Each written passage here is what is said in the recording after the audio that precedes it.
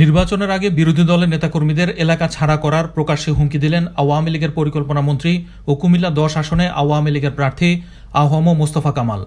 ২০১৮ সালের ৫ ডিসেম্বর ফেসবুকে ভাইরাল হওয়া একটি ভিডিওতে দেখা যায় মোস্তফা কামাল তার নির্বাচনী আসনে বিরোধী দলের নেতাকর্মীদের ২৭ ডিসেম্বরের মধ্যে এলাকা ছাড়া করার হুমকি দিচ্ছেন।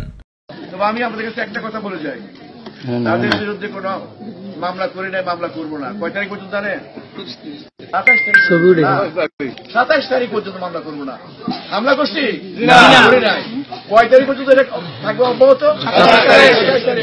২৭ তারিখে পরে কোনো কাউকে ছাড় দেওয়া হবে না।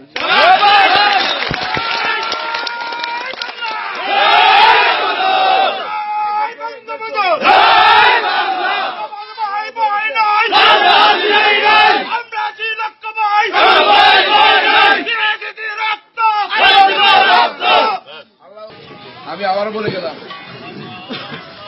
জামাত হোক, শিবির হোক, যা গুচ্ছ হোক, এদের ১৪ গোষ্ঠী পর্যন্ত শেষ করবো ইনশাআল্লাহ। এদের কাছে সেফ নাই দেশ। আমি আজকে বলে গেলাম, এরা একে থাকতে পারে, যেখানে থাকতে কেন আপনি একটা একটা করে খুঁজবেন, খুঁজে বের করবেন।